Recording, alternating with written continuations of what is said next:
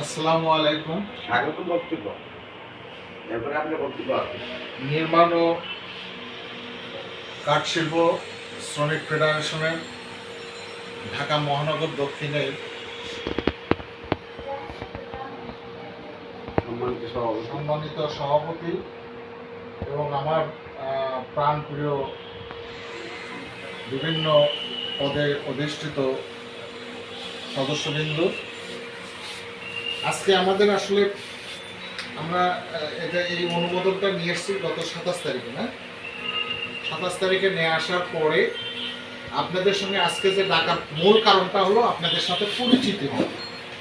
আসলে আমরা এই সংগঠনে যারা যারা আছি, কে কোন পদে আছি, কে কোথায় আছি, আমরা সামনাসামনি বসে একটু পরিচিত হওয়া, এটাই হলো মূল লক্ষ্য। এবং